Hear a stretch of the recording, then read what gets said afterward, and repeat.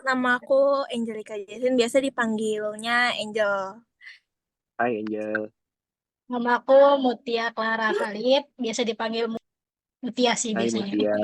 Jadi pertanyaan pertama, gimana sih Om mulai tertarik buat punya rambut gondrong? Makna dari rambut gondrong untuk gue pribadi itu suatu bentuk perlawanan, tapi dalam arti kata positif.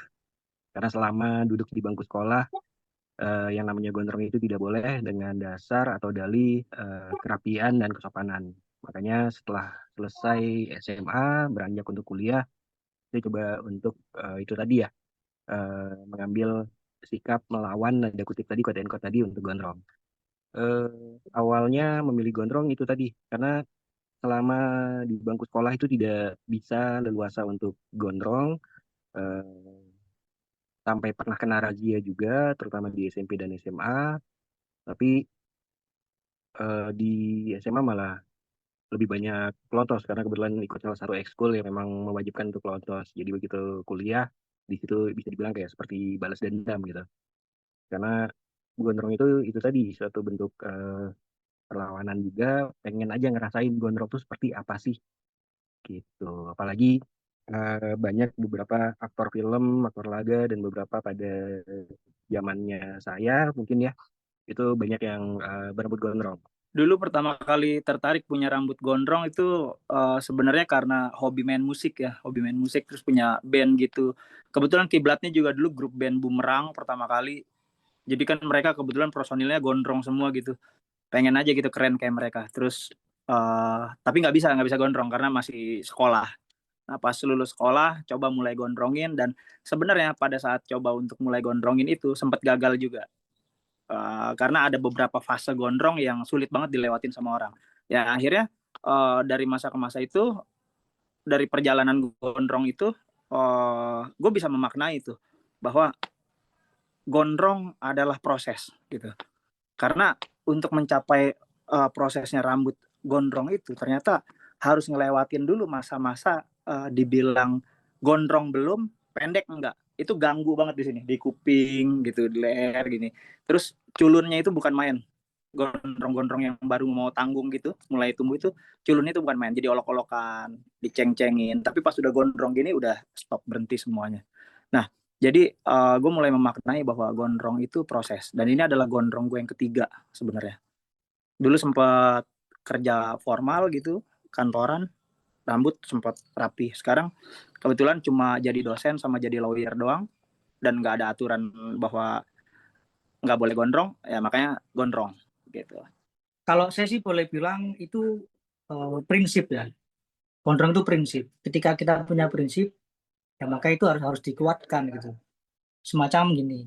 Kalau maknanya rambut rambut panjang atau gondrong itu maknanya adalah bebas. Ya, jadi tidak dikekang oleh suatu hukum tertentu dan apa ya. Tapi artinya bebas itu ada arti yang nggak bebas, maksudnya untuk acak-acakan atau ngawur bukan begitu, tapi tetap dengan kaidah dan hukum atau budaya yang memang semestinya gitu. Itu kalau kalau misalnya menurut saya begitu. Saya juga sama mungkin dengan tadi, kalau kita panggilnya Sir ya, Sir Danang ya, karena memang beliau selain berprofesi lawyer, beliau juga juga dosen sama kayak saya. Jadi saya juga ketiga kalinya. Dulu banget waktu awal kuliah rambut saya lebih panjang lagi karena memang backgroundnya sama. Saya juga pemusik dulunya kan, sampai sekarang juga main musik. Jadi kebetulan suka musik rock juga, metal juga suka. Jadi itu yang memang kita lihat ya gondrong gitu. Kalau nggak gondrong kurang seru kalau main headband gitu kan. Awal-awalnya memang begitu. Tapi karena di faktor yang sekarang ini faktor U, gondrongnya lama. Ini 2 tahun baru segini aja. Belum nambah-nambah. Kalau dulu bisa sampai 3 tahun lebih, jadi sampai sepunggung kan zaman kuliah. Terus begitu masuk awal mercu juga gondrong lagi, terus potong, sekarang gondrong lagi. Di komunitas ini ada nilai atau aturan tertentu nggak sih Pak? Kalau untuk komunitas kebetulan saya sebagai adminnya atau yang membuat komunitas Republik Gondrong. Itu saya merasai sendiri. Nilai atau aturan yang berlaku sebenarnya lebih ke adab aja sih, sopan santun aja, lebih ke situ sih. Selebihnya ya monggo silakan kalau mau apa namanya bercanda dan sebagainya, tapi yang penting masih tahu kadar dan aturannya, lebih ke adab ya gitu. Dan kalau untuk selebihnya ya aturan yang tidak tertulis ya wajib gondrong sih sebenarnya, karena juga namanya Republik Gondrong gitu kan. Walaupun gitu ada yang sudah tidak gondrong ataupun OTW gondrong ya tetap sih boleh join. Yang berbentuk tadi sudah dijawab itu saya sendiri. Aturan yang menonjol dan yang penting, yang menonjol dan penting yang pertama gondrong dan beradab. Karena mau manusianya bentuknya seperti apapun kalau tidak punya adab, bagi kami atau saya pribadi itu nonsen dan nol besar.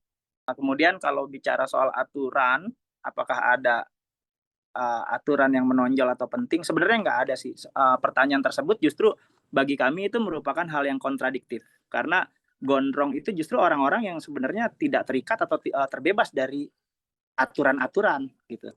Cuma secara prinsip aja di dalam komunitas ini ya karena komunitasnya namanya Republik Gondrong ya syaratnya tentunya harus gondrong gitu kan, nggak mungkin anggota komunitas gondrong nggak gondrong gitu, botak kan nggak mungkin gitu. Atau saya belum pernah dengar tuh ID anggotanya bukan dokter gitu, belum pernah dengar juga kayak gitu. Maka itu kan secara prinsip, mengikat secara prinsip. Tapi kalau bicara aturan yang menonjol sampai membuat sebuah aturan yang mengikat gitu nggak ada sih.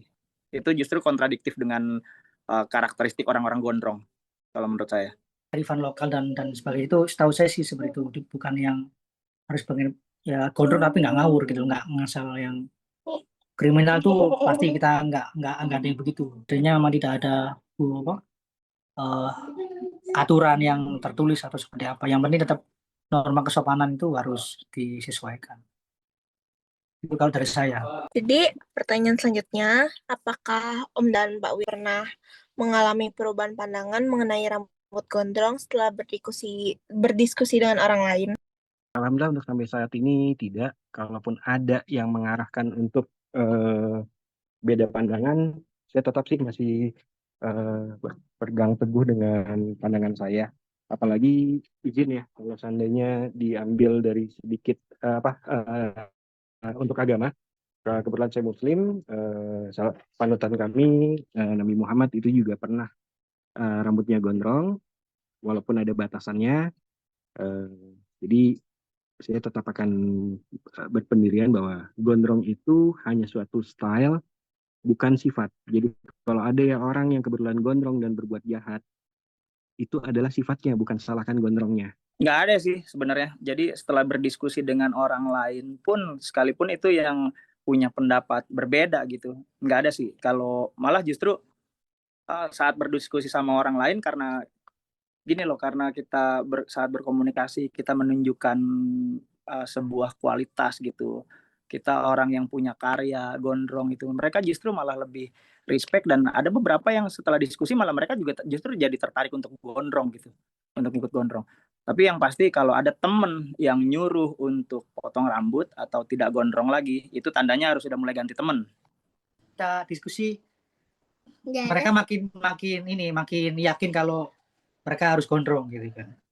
Sebenarnya kan banyak mahasiswa yang kayak semacam panjangnya mangga ya. Mangga itu nggak usah pakai ini. Belum setahun misalkan berapa bulan tapi udah kelihatan panjang gitu kan. Ya saya bilang mending gondrongin aja gitu.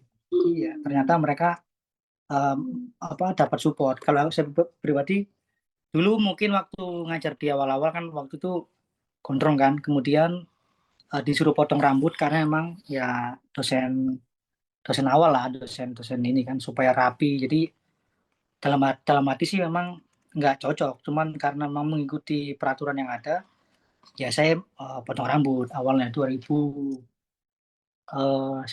awal. Dan ketika diskusi juga tidak ada pandangan untuk potong rambut. Kita malah apa ya? Ya bangganya itu karena mungkin jadi satu-satunya dosen Vkom yang gondrong. Ya, jadi ada apa ya? Ikonik lah. Jadi Kalau misalnya ada pihak luar yang memberikan komentar negatif atau meremehkan rambut gondrong, bagaimana sih reaksi Bapak menanggapi komentar itu, Pak? Hanya bisa tertawa dan bersedih karena mereka tidak tahu inti atau dasar dari gondrong itu sebenarnya apa sih. Mereka hanya bisa melihat kulit luarnya aja. Mungkin kita udah biasa mendengar apa namanya, don't judge a book by its cover ya, lebih kurang seperti itu. Kalau mau contoh yang lebih relevan lagi, mungkin di sini dosennya kakak-kakak ini atau mbak ini kan gondrong juga ya. Apakah dengan beliau itu gondrong di kampus sebagai dosen itu menjadikan suatu hal yang negatif terhadap kampus tersebut? Mungkin mbak sendiri yang bisa jawab. Saya paling suka ditanggapi negatif dengan orang yang cuma sekedar ngelihat bahwa penampilan saya ini gondrong. Saya paling suka ngadepin orang yang begitu. Jadi suka banget saya untuk justru tertantang untuk membuktikan bahwa saya orang yang punya karya, bahwa saya orang yang punya prestasi. Sehingga sampai orang tersebut itu kalau bisa jangan lagi nilai orang dari segi penampilan, apalagi cuma gara-gara gondrong kemudian dianggap remeh gitu. Saya justru senang banget ketemu orang kayak gitu dan pengen banget nunjukin kreativitas, prestasi gitu. Kalau perlu ya adu karya gitu. Saya senang berdiskusi dengan orang-orang kayak gitu justru. Nggak akan saya jauhi, nggak akan saya uh, langsung tentang pendapatnya. Saya akan dengerin dulu pendapatnya. Kalau saya kayak gitu, dengerin dulu pendapatnya, kemudian baru berpendapat balik begitu.